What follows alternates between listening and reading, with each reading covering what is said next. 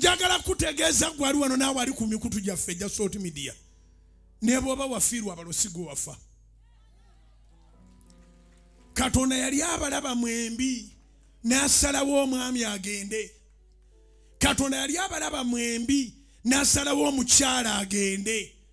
Wasigalawo buli eyasigalawo tewali mugezi, teweekweka, toyina ngeri gye weekwekamu, toyina magezi ge wakola, gwabeeranga naye alyoka agende. Era lekerawo okuloota ebirooto by'abafu, tandika okuloota ebirooto by'enkulaakulana, tandika okuloota ebirooto ebinene, tandika okuloota ebirooto eby'okugenda mu maaso, tandika okuloota ebirooto ebyakalina, tandika okuloota ebirooto ebya bizinesi ez'amaanyi, tandika okuloota ebirooto ng'oli amawanga. Tandika. Nsaba Katonda akunyambire olekerawo okuloota abafu baamala ebyabwe.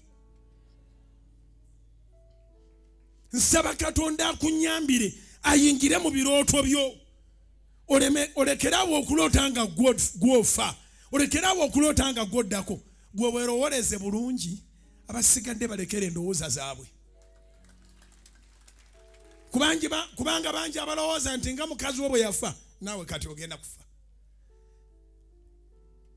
Era bwe baba nyumye boogera munnange naagenda. Omanyi twagenda mu kuziika mukyala we.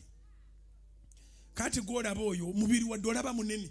Bw'okogga bagamba ogenda, bw'ogejjera bagamba ogenda. Olaba omubiri ogwo omunene makerenda. Alimu eddagala munda. Omumanyi eddagala lino baalikola. Abamu bagamba lyali lya mbizzi. Abalala bagamba boogera. Naye bw'olaba boogera Katonda aba agenda kuwolereza. Bw'olaba boogera Katonda aba agenda kubeererawo.